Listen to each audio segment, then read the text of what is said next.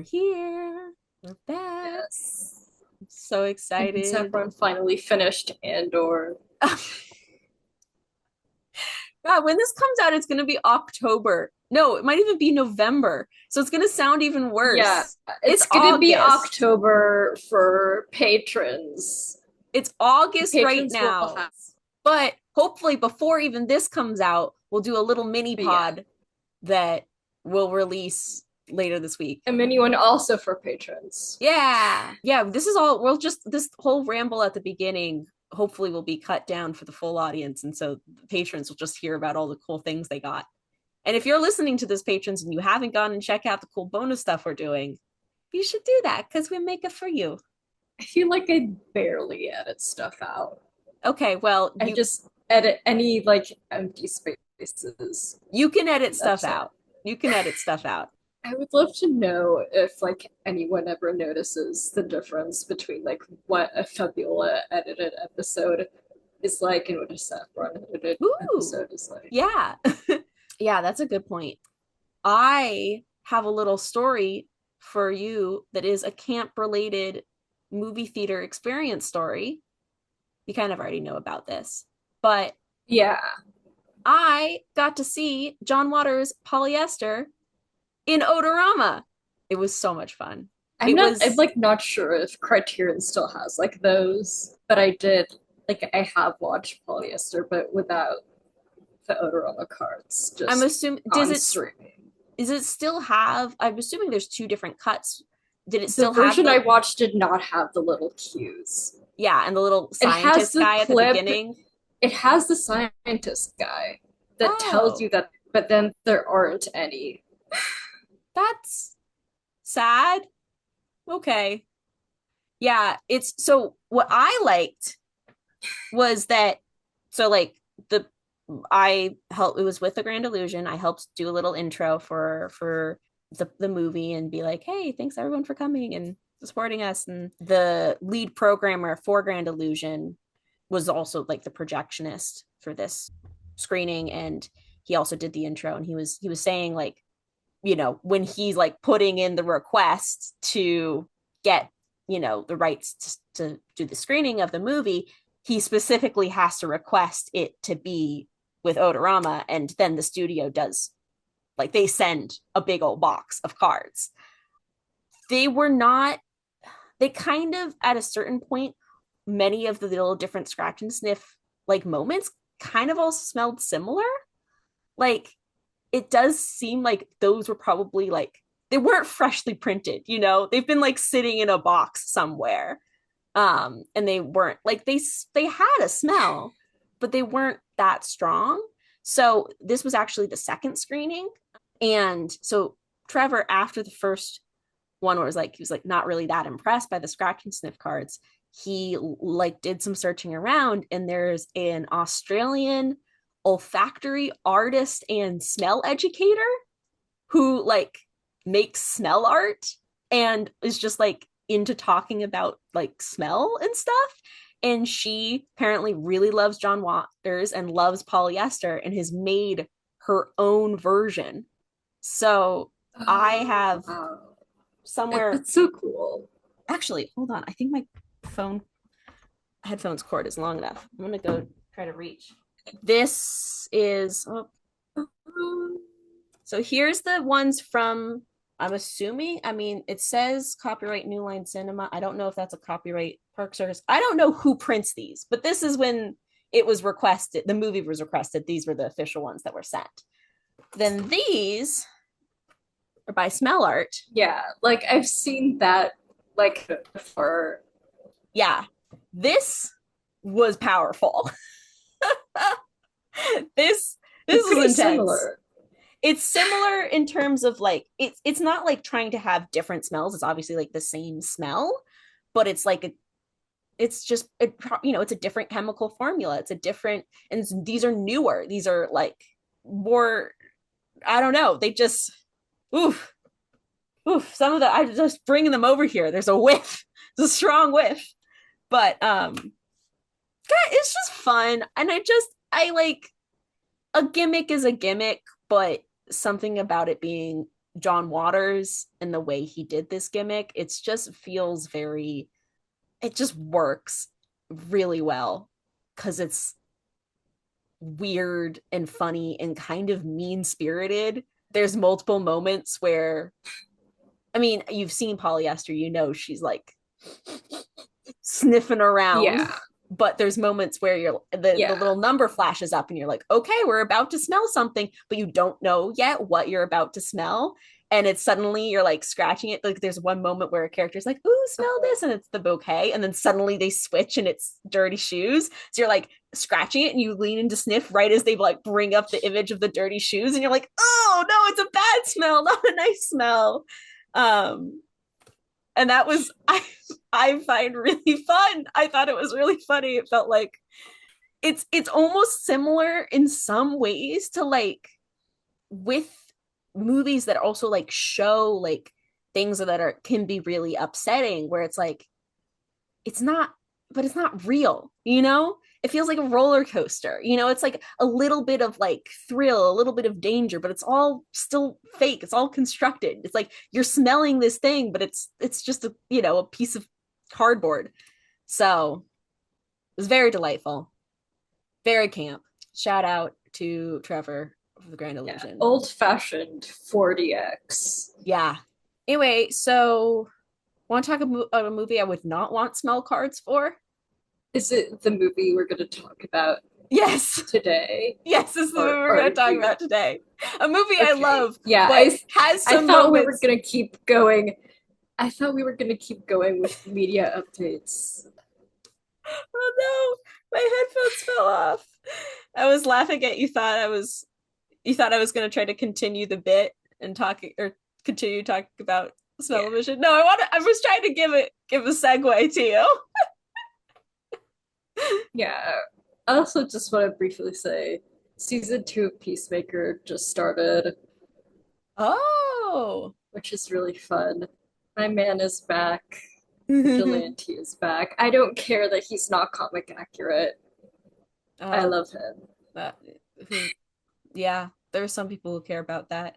I mean, look, I was about to say like, okay, yeah, people who care about comic accuracy, though, but there's been book adaptations where they've not done it a certain way, and I've been had very strong feelings, so I get it.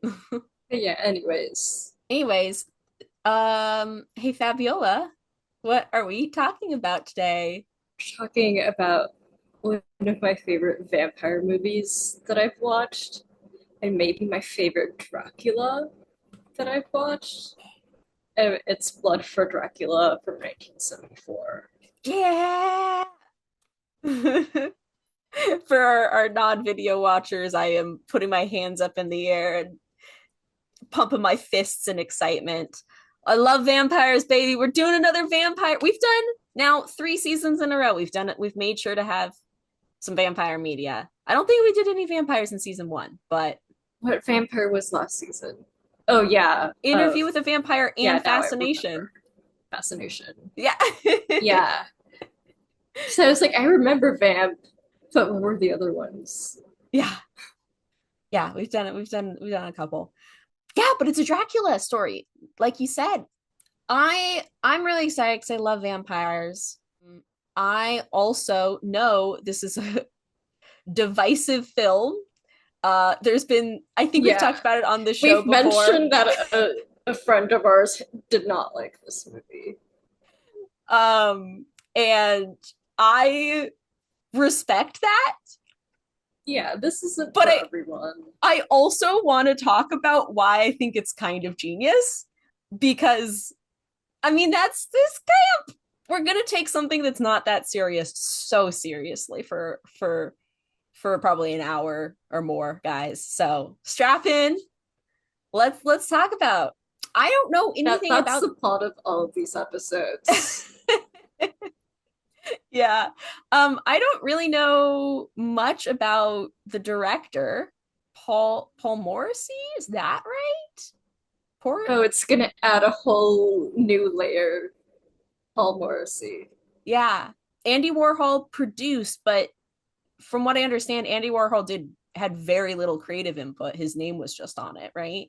Yeah. Yeah, he was just like, yeah, my name is attached. And like there's some factory people, or like I think maybe just one factory person, but It's the yeah. There's like very light associations. yeah. It Mario. Mario with his unexplainable Brooklyn accent. Is it? I mean, it's a Brooklyn accent, right? It's New York for sure. Yeah.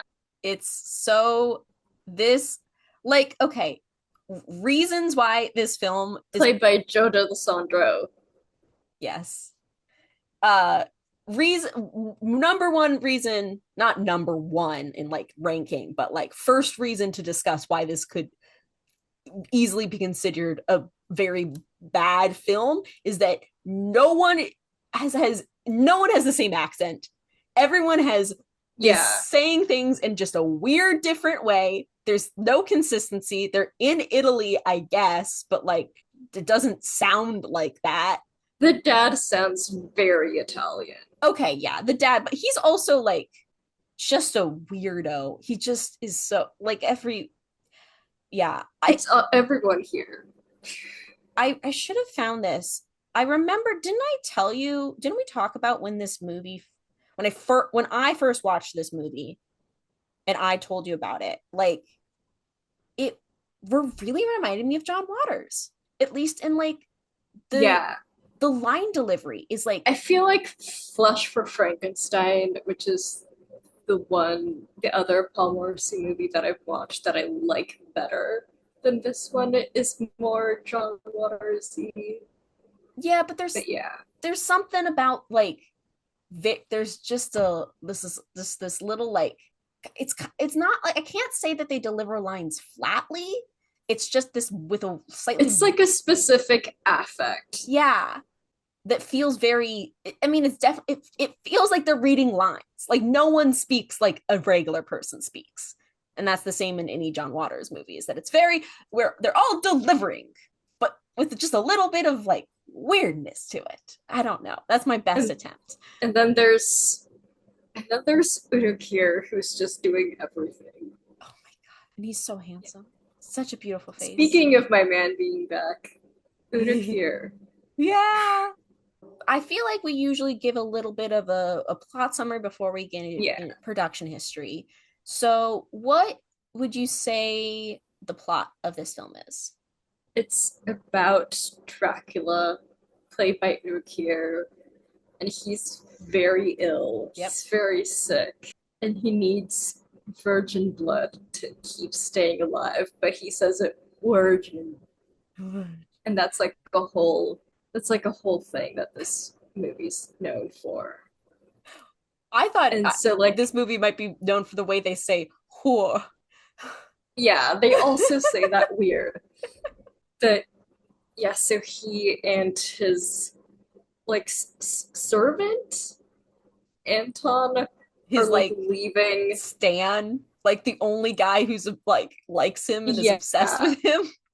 yeah. So they leave their castle in Romania to like go to more conservative areas in Europe, and so they go, oh, Italy. They're very religious over there, and so they're kind of asking around, are there any like marriageable girls or something?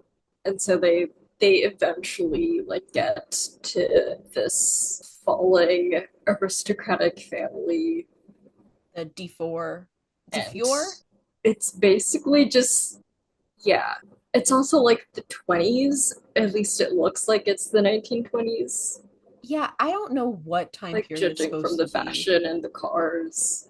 It's post like the Bolshevik Revolution, right? Post, yeah.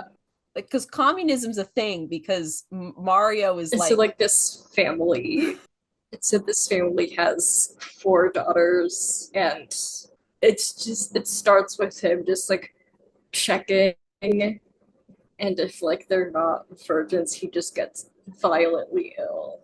yeah, Like minutes long scenes of him throwing up and like convulsing, and just Udo Kier doing the most.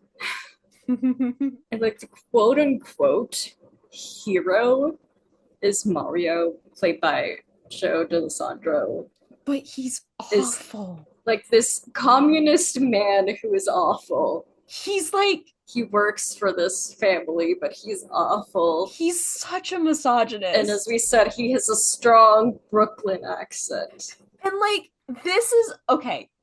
This is why this film feels kind of genius to me, is because the whole like emotional, like the conflict and like the kind of emotional tension of this movie is about, are you sexually active or are you a virgin? And it that is really interesting to think about vampire mythos and like other aspects about like that we'll get into, I'm sure, about like So, communism and classism so and see, there's also way more. but like the thing that I as a fan of horror, there's so much like all so many things have been written about, final girls and like, you know, the reoccurring trope in media about how it's always the virgin is always who lives. It's like you need to have as little sex as possible. If you have sex, you're gonna die. And this is a really like kind of all the opposite of that. Yeah, but you also like don't really die because at the end, was it Esmeralda her name? Well, that's the thing She is she just a vampire. but that like she becomes a vampire. She's in danger because she's a virgin. Like Yeah, usually it's like, oh no, you're going to be in danger if you're having a lot of sex. When technically, if you're seeing Dracula as the villain and Mario as the hero, it's like, no, the having sex is what saves them. Mario's crazy. He's so, and it's like, okay, right off the, like, But like the logic is there, but this is crazy. no, it like, this is not like, look, I would say this is not necessarily the film for the faint of heart, not just because we have multiple extended sequences of Udo Kier like violently vomiting up blood. But there is also like lots of very like weird, rapey, incestuous sex scenes, and then like the hero saves the day by raping a 14-year-old girl. Like it's really uncomfortable and weird. Yeah, there's also a lot of asking like how old is this girl?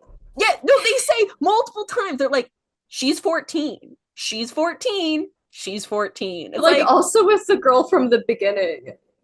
Also the yeah. girl from the beginning Yeah, who she like was like, gets run over it's and there's Anton like gets her blood in the bread. He's like, genius here, move though. she was like at most 13. Yeah, well, because there's this obsession with like virginity.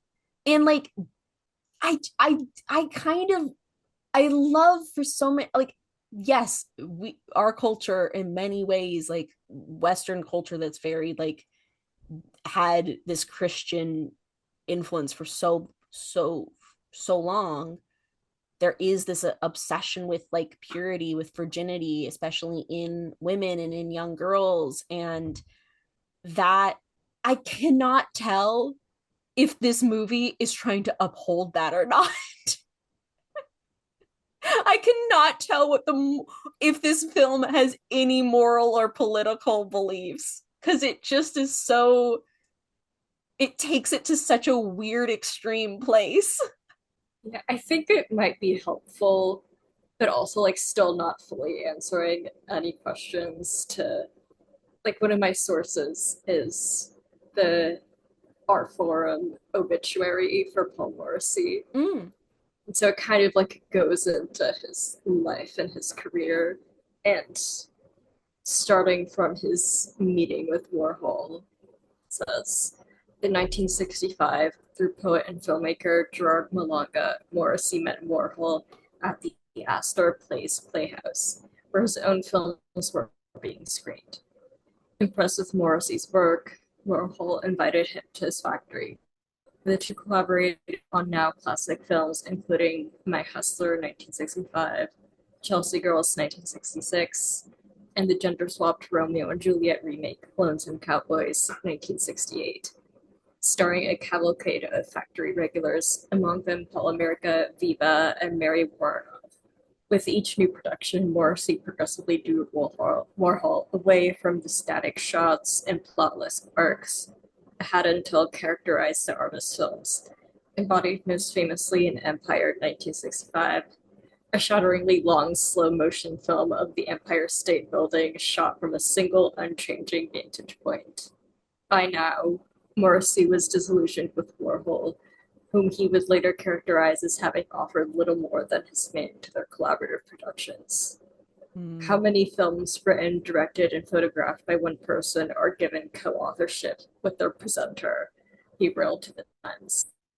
I don't know any, but because Andy is a celebrity, people have to think of him before they think of the movies, which is grotesque. Though his films were splendidly unsavory and almost always redolent of sex, drugs, and other forms of debauchery, Morrissey himself was conservative, a straight white Republican who publicly eschewed rock music, recreational drug use, sexual liberation, and communism. The schism did not bother him. Quote, a human being is a sympathetic entity, he told We Magazine's Jonathan Rosenbaum in 1975. No matter how terrible a person might be, someone with an artist's point of view will try to render his individuality without condescension or contempt. That's the natural function of a dramatist. The movies I've made have no connection with what I'm talking about now. They don't say, do this or don't do that. They portray a kind of emptiness in people who are living through a transitional cultural period where they don't know who they are or what to do. Damn, that's so interesting that he was like, I have these beliefs, but that's not my role as an artist to like. He's like, he wanted to just be like, I'll explore these characters, like separate from his own thoughts. Is essentially that's what that quote means. Like, yeah, I also feel like the 70s was a time that, like, even though it was pretty polarized politically, all the weirdos still stuck together. yeah, it's like I do wonder if that's like that complexity definitely adds context to like trying to understand what to think of Mario, this character who is has sex and technically that sex like keeps people from dying or at least turning into vampires, but he's also like uncomfortably aggressive about it. And I don't know. I feel like I don't know. I watched the movie and Dracula ends up being my favorite guy. He's just a little guy. Everyone in this movie is weird. Yeah. He's also just my little guy, but they're all weird. Yeah. Yeah. No. That dad who kept talking about names, having tastes. Is there what the fuck was he going on about? I don't know. I've brought you something to eat. Anton, I wish to talk to this young lady. Leave us alone.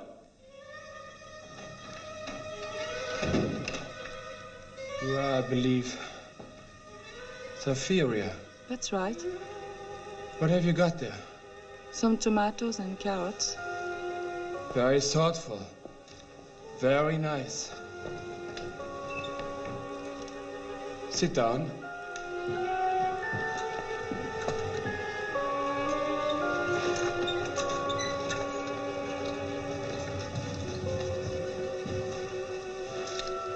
You're a very pretty girl.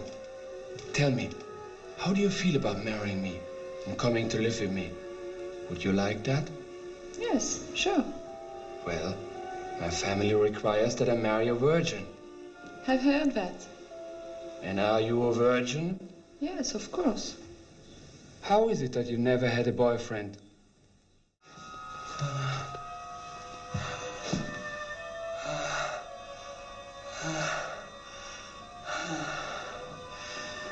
My body can't take this treatment anymore. The blood of these whores is killing me. I just want my coffin bed to sleep in. Yes. Yes. I found one thing from wastelandarts.com, which like they wrote a review for Blood for Dracula, and like one of the little passages that stood out to me that I think like we should talk about, and this is a good jumping off point, is the film exposes both political factions as opposing forms of subjugation through the Count and Mario. The Oh. vampire folklore, Dracula, and others socially classist elements, with the latter in particular more often than not an aristocratic upper class villain. Yeah. And I also have a really good Justine Perez-Smith review of the film. Well, let's talk about that, the Yeah. different kinds of like subjugating power and stuff, because that this is I think part of why for me Blood for Dracula really works as a Dracula movie and not just a vampire Yeah. movie, is that there are so many aristocratic vampires. And I do think often vampires in media are from a have power in class as well as many other forms of power. There are also like working class vampires, and like not all vampires are aristocrats, but I think a lot are, because Dracula is the most influential vampire story. And the Dracula archetype is, this creature person with a lot of like power and like old in money, in name, in fortune and status, but it's of the past too. And I think I really love also tying like the exploitation of labor and with literal blood, with literal gore. That's actually, I think, something we discussed in Fascination and that analysis of like the vampires, or, I guess they're never called vampires in the movie, but these aristocratic women who they're drinking the blood of these peasants and of their servants and things like that. And that is how they're like, so I think like that is something that is so interesting about Dracula in this movie, is that it's explicitly talked about by Mario that like he's an aristocrat, he has a power, he actually says, I think there's a line towards the end where he's like, he lives off other people. And that's something that can be said about vampires and aristocrats. Yeah, and yeah, I heard of Okay. it. And a lot of the film is literally has as a backdrop a declining aristocracy. Like it's literally set after the Bolshevik Revolution. The main family is broke. Dracula has to leave his home country Yeah. because it's like too modern for him to survive. Yeah, and it's also an exploitation film about exploitation, which is yeah. Oh, love that. I really think Dracula, like I'm really sympathetic to Dracula as a character in this movie, partly because Udo Kier has just those just sad eyes, just such sad eyes. He's so cute. He's just a little guy. Yeah, but I think that there's like something when he starts the movie getting ready with me, both beauty secrets. Okay, that I hope we come back to that scene, because such a good, beautiful scene, and I'd love to just talk about like elements of artifice and presentation in this movie as well, because it's not just about the blood and classism. This movie's got other elements of camp. But so even though like I am absolutely anti-capitalist, and I'm definitely like anti-capitalist and anti like aristocrat, aristocracy. Is that the right pronunciation of that word? Yes. Okay. And so like in some ways I'm like I think that there is something like, yeah, like, okay, yeah, let that system fall. Like I do on there's things that like if Mario says it, I'm like, he's like, the revolution's coming. Like no one should be a servant. Like, Yet there's a moment where Mario's like, I'm just waiting. yeah. Yeah, it's like I'm not dreaming, I'm waiting. Like that's so cool. Yeah, workers' rights. Yeah. But he's also a man who like sucks. We also need to talk about how like sexualized he is as well at some point. Oh, yeah. I mean, I honestly just don't I think a lot about the sexualization of the female characters, but Yeah. I I do like kind of having like an analysis of instead of like just like if you write this off as, oh, this is like bad representation or something, or it's like this is like why did they make the good guy like who I want to be the good guy actually a bad guy? It's like no, if you like take a more nuanced reading, it's like there's many forms of oppression. It's not just like being like a communist doesn't make you like also gonna be like a champion for actually like everyone, you know, like they have him criticize aristocracy but being like a misogynist about it, and that's kind of interesting. And I also think so it's like it's adding a nuance to that archetype, but then at the same time it's like you have then Dracula, who's this archetype of this like, you know, yeah, he's like coming in, he's preying on these girls, he's like, you know, and he like in a predator in the not just in the way that like Mario is a predator that he rapes a 14-year-old girl, but like a predator in the sense like he's like a vampire and he's drinking blood and that's like this animalistic like thing, but he's also they give the nuance of like there's aspects of Dracula that's sympathetic because he's not because he's lost this fortune and his family that he's like disconnected, like he all of his family is dead or maybe not even dead, they're like asleep in coffins or something. Families in the crypts. Yeah, and he's sick and he's dying and there's something that like yeah, maybe that kind of the generation or the that he is from, the kind of archetype, you know. He has to leave his sister behind. Yeah, like on a theoretical level, I'm like, yeah, the old ways should die out. But like showing you that as a character, it's like, no, that's I'm sympathetic to the fact that he's barely hanging on and that he doesn't have anything, and it's quite tragic. He and Esmeralda should have run away together. I know. They're so cute together. They like when he finally goes and talks to her, he's like, "Oh, you're so much smarter than everyone here. Like you actually like care about things." Or like, and also what she says is she's like, "If I don't do," doesn't she have a line where she's like, "If I don't like learn this, like after my parents pass, like no one will remember this." Like it's not just about like Yeah. trying to preserve a specific way of life. It's like remembering the stories. And also like on the Mario versus Dracula note, I'm pretty sure this is also in the Justine Perez Smith review, but it's also something I've seen in various reviews that they're basically pointing out that even though these are very opposing like politics and arguably one of the politics is better than the other, they're both still upheld by this patriarchal figure. Like no matter how good someone's politics are, like if they're still upholding the patriarchy, it's not going to be good for anyone. Yeah. Yeah. And then I think in that way, like, I think that might be a good segue to talk about like the female characters, not just Esmeralda, but these sisters.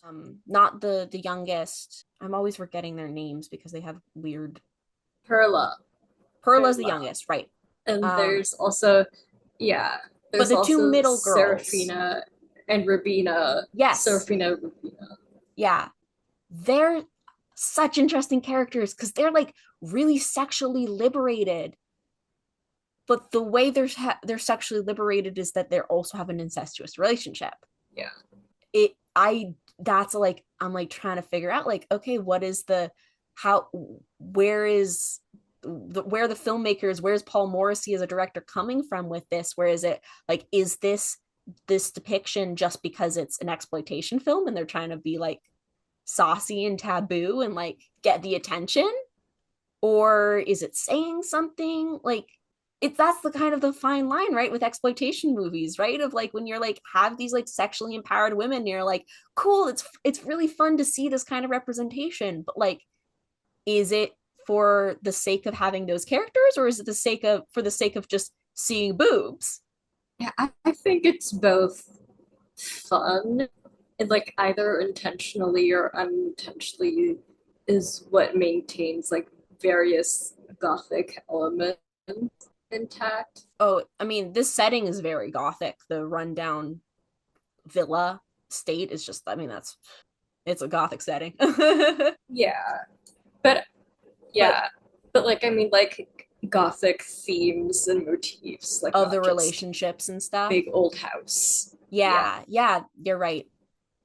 I always forget that I don't think I didn't read a lot of gothic literature. So sometimes when I think about gothic stuff, I just am thinking of the aesthetic, but there I don't is think I have either. I just know. yeah. I mean, Yeah, it's interesting how like those are like the two modern girls, but they're also the representatives of a motif that is used in Gothic works to like represent being stuck in the past. mm-hmm. Yeah. I mean, everyone is Like it's very, stuck in the past, but it's very 70s. yeah. I feel like all of the characters are very kind of disillusioned in some ways with their, I mean, I guess it's not Serafina or whatever her name is, and then the her sister Robalina. Nope, is it Robalina? Ravina, Ravina. Oh Ravina, god, they get you're not, adding letters to they them. feel like they I look at those names, I had captions on and I look at those names and I go, I feel like this should be easy to pronounce, but my brain can't wrap my head around it. I don't know. But I totally lost my train of thought. I got too stuck on the names. What was I saying? You were Oh, talking right, disillusioned. about the So sisters. they were like, maybe disillusioned isn't the right word, but they all have ideas of what kind of life they want to live, and none of them are it's not, none of them are, it's actually the life they're living. You know, like the sisters really want to like marry someone rich and like get out of here, and they don't, you know, they just want to like go shopping and all these And things. they think Udo Kier's ugly. Yeah. And you know, the I mean, Dracula, he's like dreaming of being able to get his virgin.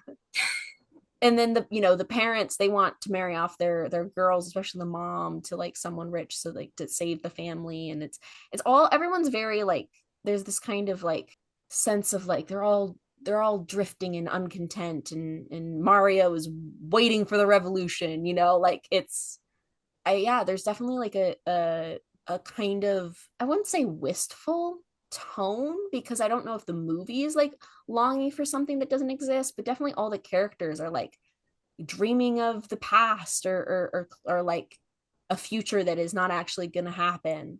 There's like a melancholy vibe under all the camp and weird line deliveries. Yeah. Yeah, I think that there's just, I don't know, Dracula's just like something about the fact that they make his, it's so like embodied, the suffering that he has. He's like sick and He's pale. literally violently ill. Yeah. He like falls over and like choke and gasp. And it's also like, is this sexy? Like, is this supposed to, like, he's moaning in a way where you're like, what's going on here? Um, I mean, I think Flesh for Frankenstein has even more of that. Flesh for Frankenstein's like, what the fuck is going on here? Um, I do, my thoughts between, I know we're focusing on Blood for Dracula, but we had, when we were planning the season, we were kind of like, is there, we were kind of like, should we do Flesh for Frankenstein, or should we do Blood for Dracula? And personally, I think I like individual scenes in Flesh for Frankenstein more, but Blood for Dracula overall feels like there's more to talk about. And overall, I think it's I was gonna say stronger film, and that's not necessarily the right word. It's more Cohesive. straightforward. Yeah. It's more like straightforward plots. Yeah. More like spooky vibes. Yeah. Halloween. Yeah, I also like want to bring up how, like, in one of the ways that this film relates to camp is like in kind of the two of the categories from my special study from years ago, which is like the glamour of decay and also being trashy. Like it's doing both of those at the same time. Yeah. Oh, I love you bringing up the glamour of decay again. I think that's there's so many movies we've touched on this podcast that have that vibe. I mean, it's a very gothic. I think that's kind of something that gothic work is all about. And I think it ties directly to also, like, the kind of discussions of camp, of artifice and things being what they're not, of trying to like dress up something that is like, oh, it's put together, but it's not. It's like, actually rotting on the inside. But that's the way we're engaging with that is to still see the beauty, even if it is. And also like the gore elements. Oh yeah. See, I was thinking when you were bringing up the glamour of decay was the opening sequence where he's like, I mean, it's such a good opening sequence, but he's doing makeup and dyeing his hair, but that's like, oh, it's fashion, but it's also he's making himself try to, like, I read it as he's trying to make himself look alive, like he's literally painting on to make him look like he has life, even though he's a corpse, like he's sick and dying and then it dead. Pans to the mirror and he doesn't have a reflection. Yeah. And then his chair is like pulled by string to show that he's getting up from the chair. Yeah. It's such a simple little sequence, but it delights me. But yeah, the gore too. And also like also like when he bites Serafina, I think it is, how it demonstrates that he like gets violently ill from her blood. At first like shines a green light on his face. Yeah. Oh, I was hoping you brought that up. He runs to the bathroom. Yeah. He runs to the bathroom. I love that shot. I don't know if it was actually in production or just the way there's like the color grading or the way the film has been remastered for digital release or something, but the way that all the blood looks kind of pink in this movie, delicious. That's my jam. It's so bright. Yeah, it's so bright. And this is also like one of the reference points for like the post-production of my thesis film. Yeah, it was also reference point for me doing sound design. There's some of the blood slurping, it's like it sounds real, like stuff through a straw, and I was like, cool, I'll lean into that. Like one of the like really interesting stylistic things about this movie that I are also like one of my favorite aspects of it is how it's kind of at this weird intersection of classic monster movie but also full 70s this is hot people running around and blood everywhere, and they're just taking their shirts off. Like Hammer Productions is like earlier than this, but it also like had way more restraint from what I've seen. Mm-hmm. But this is like full 70s, but also like full monster movie. Yeah. Oh, yeah, it's real like I love that at the end it's just like Mario is like, "Oh, he's a vampire. He's a vampire. We need to kill him." Like they're not it's not subtle about it. It's not going to be anything else. Um he's a vampire. We all know what a vampire is and he's a vampire. We got to kill the vampire, you know? He's a vampire, and I have to have sex with the youngest to save her. Yeah. Yeah, I really like just saying it's just a monster movie because that lack of subtlety is something I really enjoy. It reminds me one of the one Nosferatu had Romani vampire hunters. Sinners had Native American vampire hunters. This has Brooklyn vampire hunter. communist. You got to make sure you say Communist communist Brooklyn. too. He has the hammer and sickle painted in his little house. When I first watched this movie with my roommate Lucy, she literally like, she was like, can we pause at that moment so she could take a photo of it? Because she was cracking up. Surely a girl like that shouldn't marry beneath her class. People don't recognize that class stuff anymore. It's a thing of the past. You sound very sure of that. I am. I read books too, not novels. I know the kind you're talking about. But that seems to make you very bitter. Because now I know how things should be. So you're dreaming about a change in the order of things? No, not dreaming. Waiting.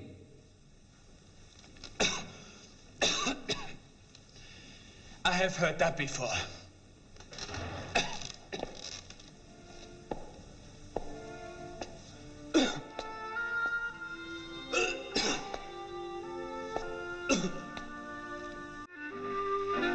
What happened when you went to see the Count? He was much better than you. I'm sure. Look at her. And her. Why were you taking your sister there? He told us to. Why would he do that? You mean you still don't understand? You're sending him up to meet a vampire. What? The Count's a vampire, so forget about a wedding and start thinking about how we're gonna kill him. Kill him?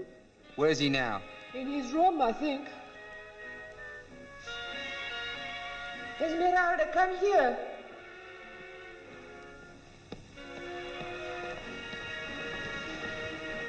Where have you been? Terrible things are happening here. I don't feel well. You're the one in real trouble. You are a virgin as far as I know. If he gets to you, you'll be a full vampire. I'm gonna get an axe. You stay away from him and that servant of his. If he gets away, these two will stay like this forever.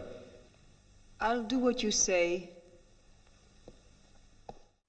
I'm like trying to think of things to convince someone who might not like this movie to give it another chance. And it might just be that like it's not a movie for people who like vampire movies, but like can't you It's also like not a movie for people. Like it's a movie for people who are comfortable with a specific style of filmmaking yeah. that doesn't really exist anymore. Yeah, that's fair. And, like, as we've said, like that's camp, the kind of like with the detachment of time and like with the novelty of it, it does add another layer. Have I told the story? I'm pretty sure I'm remembering this right. Have I told the story of when somewhat recently, it was like last November, because it was around Thanksgiving. I watched Labyrinth with my family. Oh, Have I told that story on the pod? I don't think so. So, Or at least I don't remember it. I'd seen Labyrinth. Like I'm pretty sure Zola and I watched Labyrinth when we were younger. I've like definitely rewatched it. I think I probably rewatched it with friends in college. Zola rewatched it with friends in college. And we both really like, oh, Zola's my sister, by the way, for listeners. We really like it. It's fun. I mean, there's like so many aspects about it that's like David Bowie. You get to see David Bowie's bulge. But there's puppets and singing, and it's like silly, and I find it really endearing. And It's the dark fantasy aesthetic that everyone loves. yeah.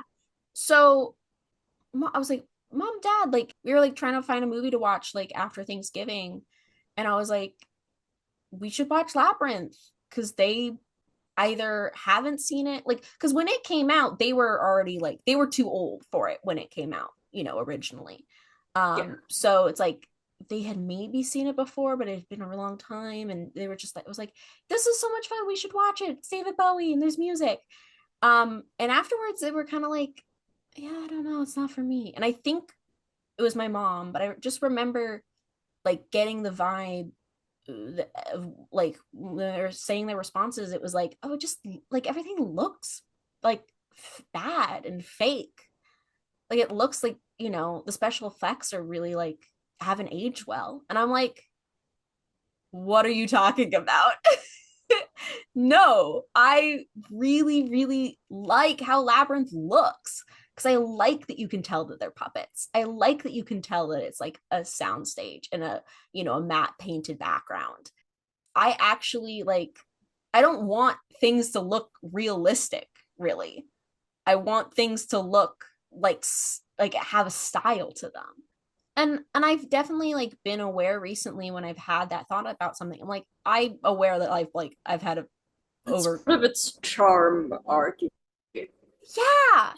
And like I do view things with a camp sensibility because we've been doing this podcast for, 3 years. Over 3 years.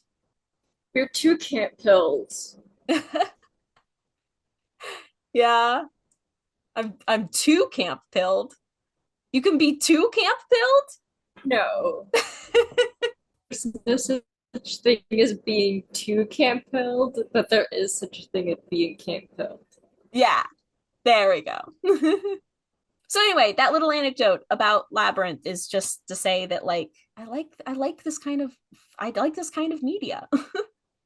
And like that's like one of the aspects of camp. It's definitely not going to be for everyone. A lot of times it's like deliberately not for everyone. Yeah.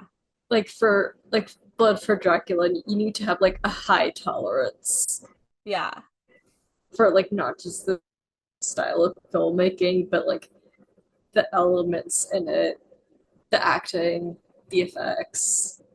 I guess, yeah. So part of me has been like, well, I want to try to convince people who don't like it to try to like, give it another chance. But you're right that like that's just not going to be the case. Not everyone's going to like it. But I at least hope that if people listen to this episode who don't like it or don't understand it, we're able to talk about it enough that you can understand why I do like it and why we do like find it exciting and interesting. Like, Yeah. I mean, there's It's like the conversation we had with Bad Girls Go to Hell. yeah. Like the whole like transgressive and subversive cinema, like it is like designed to not be for everyone, but it can be spoken about. Yeah. I just there's stuff that this Blood for Dracula does with the vampire mythos that I haven't seen really in other media. And I think one of the things that I like it partially because it spells it out for you in some ways. The facts that it's like he's an aristocrat, he's feeding on people. I'm like, yeah, say that. Make that connection apparent in the text between vampires and oppressive forces of like of classist and like yeah, like that aristocratic, that kind of layer of oppression. I like that. And I like but it's also I like the way vampires are treated in this movie because it's weird. It's also just weird. I've never seen a vampire movie where they feed the vampire blood by soaking it up in bread, like like this movie's just so fun to me personally, especially like the last 10 minutes. oh my god. This movie does a full like it's just merely a flesh wound, like Monty Python bit. He literally gets all his limbs chopped off. It's crazy. Yeah, and then like Esmeralda's screaming in hysterics to the point where like she falls on the stake. Yeah. The stake, which is also an axe that Mario like broke in half. Yeah. Also, we haven't mentioned, like, to me, the wildest scene in the movie, or at least like my favorite moment, which is also very wild. Is it him lapping up the blood? Yes. Oh, I love that moment too. Yes. Love that moment. It's so crazy. It's like so I That's what I'm it's saying. Like the last 15 minutes of this movie. yeah. It's such a like sexually charged but also like disgusting and also tragic and like sympathetic. It's The like way he looks up at Esmeralda. yeah. Well, so I realize I don't think we've quite clarified something that or articulated something that is also core to this movie. It's about sexuality, it's about virginity and purity, but it like virginity, hey, if, in case you didn't know, virginity is a like a concept. It's not like an actual thing. Like, yes, there Yeah. is the hymen, but that's not like that's not something that you But can like like also not really. Like yeah, yes but no. yeah, like it's not like something that you can be like, yep, they're a virgin. Like there's so many things that like and it's not and it's so the fact Like blood clearly has like magical properties in yeah, this universe. because somehow even though like having sex, being a virgin doesn't actually like biologically isn't really anything. It is a biological like part of this Dracula character where it's literally it's not just it's like oh he wants to drink virgin blood because that's his preference. It's like that's literally the only thing he can drink. Well, and he can eat vegetables. He's a apparently Yeah. apparently he's a vegetarian and he actually And like no garlic. yeah. So that's a thing. Like that's like so like like he can it's so funny and weird, but also like it makes it like so much more entertaining and palatable for me that it's not like a guy obsessed with virginity in like a weird like it's not in a misogynistic way like at all really. He like uses the oh this is what my family wants of me, it's because of like religious upbringing as like that's his cover because it's literally he's just like like honestly when we if we really have cracked the code for making artificial blood like vampire issues solved, right? Like it's not like a choice to be like I want to prey upon these women. Like yeah he does that, but that's because that's the only sustenance he needs. He looks all pale and sickly because he doesn't have enough iron because he's not drinking blood. He's just anemic, bro. I do love Udo Kier Dracula. Yeah, He's kind of doing everything. yeah, yeah. And he's so silly. I mean, the Baron Frankenstein, Udo Kier's Baron Frankenstein, whoo, that's my guy. Also, yeah, But yeah. this Dracula is also really nice. He's a cutie. Apparently they started production on this film like a couple of days after they wrapped Flesh for Frankenstein. Is it similar set? No. They're both in castles, No. but it's not the same set. Yeah. I want to bring up excerpts from Justine Press Smith's review of the movie Yeah, because I please. really liked it. It's titled Of Love and Other Demons, and it says the squeaking drawl of virgins has made Udo Kier's performance in Blood for Dracula iconic, and it enlivens the cultish power of Palmarston Company.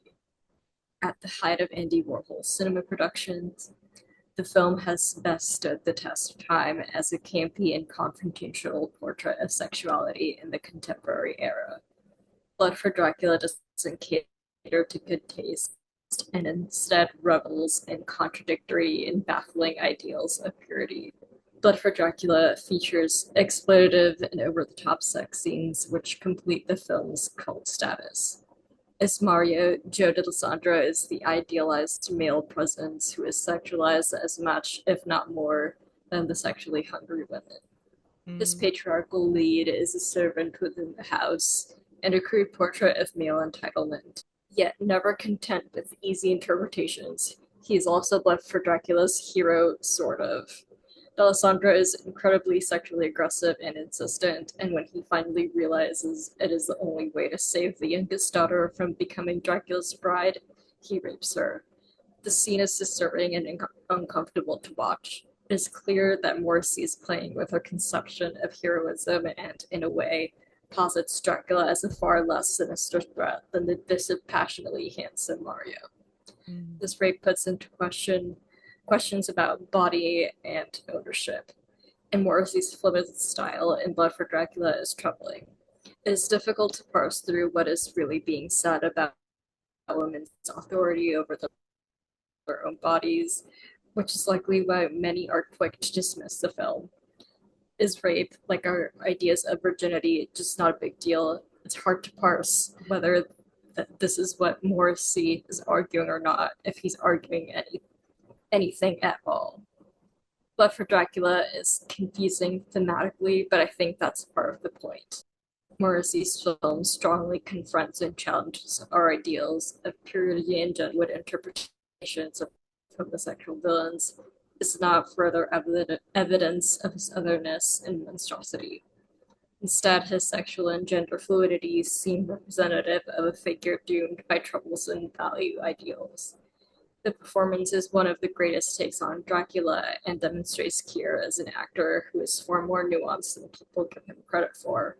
He skirts both comedy and pathos within the same breath, and he's as engaged in silence as he is with the poetically accented lines.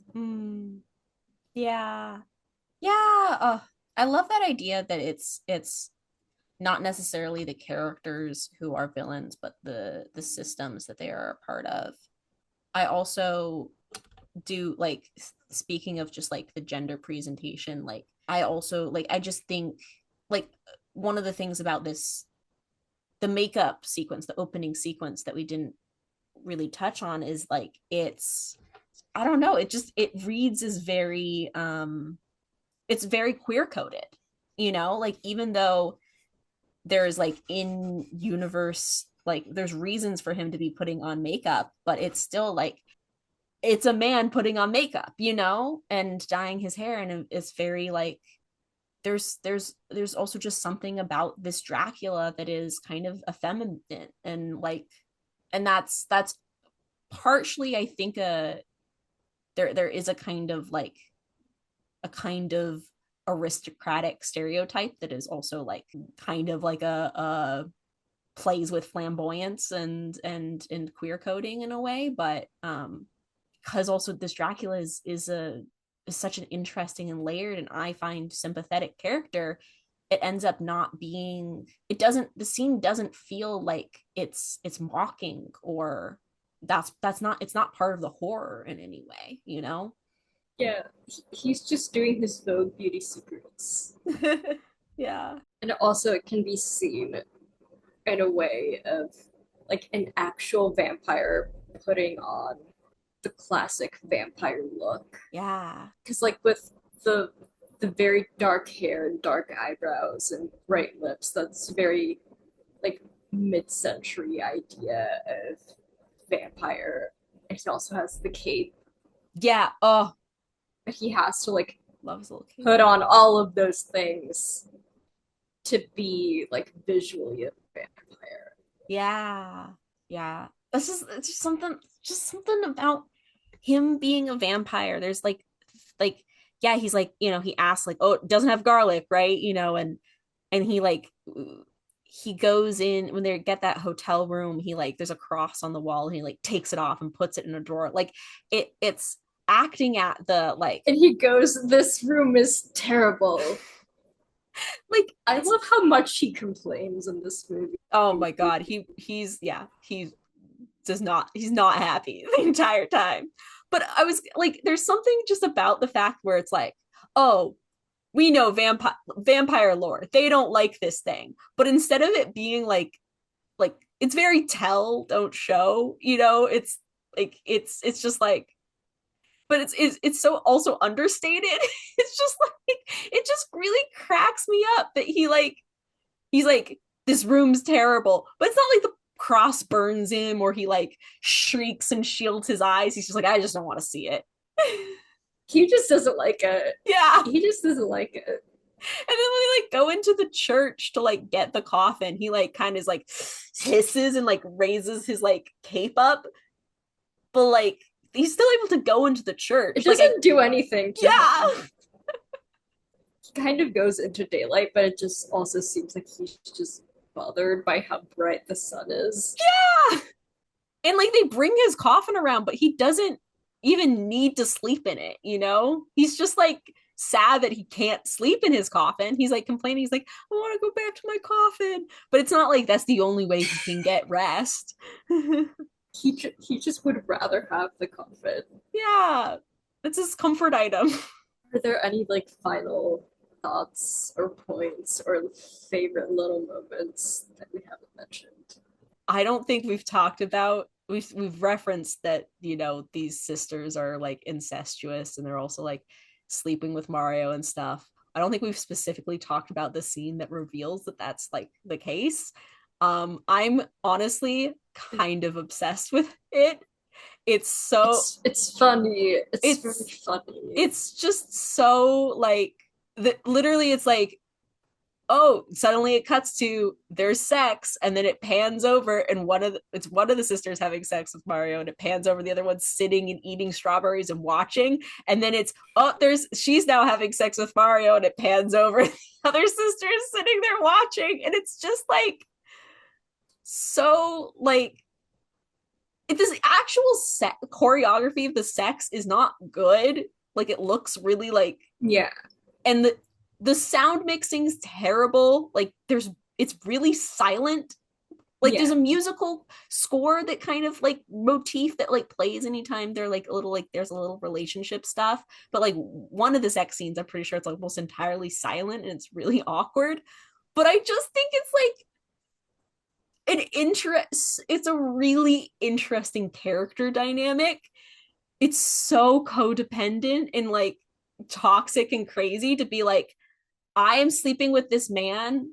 Then it's like the two of them and Mario's just sitting there. Yeah. It's just so like it's just so crazy. It's such a crazy, it's giving big. If you have I know you haven't, Fabiola, but if any of our listeners have read or listened to the Locked Tomb series, so Ianthe and Corona Beth coded. Oh my god. They're twins though, which is even crazy. They're even more crazy, codependent, toxic. But they have a little boy toy, and it's never. I don't think they have sex with him, but like there's some vibes. And there's some really, really crazy like incestuous, codependent vibes between Ianthe and Corona Beth, and I find it a very interesting character dynamic. I think my first a detail and then like a wrapping thought after this is Dracula's silky clothes. Yeah. Like it's like a silky black thing. And it's a shiny. Yeah, shiny. I like yeah. Honestly, he's like a rich also I was gonna say he's like a rich aristocrat, but all of his costumes like look very comfortable in a way that is fitting for like someone who is like honestly like has this like disability. Like yes, it's a fictional like he's dying because he can't get virgin blood, but it's like he's got a little wheelchair, he's sick, and he's like, I like that the costuming is like cool, but also just like it looks comfortable for him. he's having an okay time. He's doing the best he can. Yeah. And also, like, stylistically, the rest of the costuming and hair really reminded me of Art Nouveau, which has been mentioned in Susan Sontag's notes on camp. Yeah. And, like, I think my final thought is very much like a lot of final thoughts that I've had with like exploitation films, but also like with films that have really muddy politics. Mm-hmm. I think it's very much about finding your own interpretation, but also being willing to engage with what it hands you and just sitting with the ideas and also just sitting with the style of it, which, as we've said, is not for everyone. Mm-hmm. But this is a silly movie, but it's also just to me a really good exercise in like analysis and interpretation and just engaging with something wild. Yeah. Oh, I'm so glad we got to talk about this movie. All of the movies that are exploitation and sexploitation movies that we've covered, and I've added those tags on our YouTube video postings, have done really well. So sex sells, baby. I hope this episode we're also able to get good traction on, because I think that this is a fun one. Do you have any like deep, but also like maybe not so deep, but kind of simple summary thoughts like I had? Make your blood look like strawberry jam. That's my Yes, more. that's it. We just need more. If your vampire drinking someone's blood doesn't sound like it could be a sex scene, then you're making vampire movies wrong. And honestly, I kind of want to be. I like that so far. Paul Morrissey's two films that I've seen, have made me simultaneously uncomfortable and kind of turned on, and I want that in my horror movies. So, because that feeling in my physically within me also makes me want to More write and talk about that. So when I'm feeling all that way, I know that it's intellectually stimulating me too, which is maybe counterintuitive, but yeah. And more movies that aren't telling you what to think. Yeah. No mindless consumption. Like no matter how stupid something is, I will be thinking the entire time, and so should everyone. Yeah. I hate the word consumption. It's media engagement. Yes. Yes. Watch, listen, engage. It's absolutely okay to just turn off your brain sometimes, but that's what mobile games are for.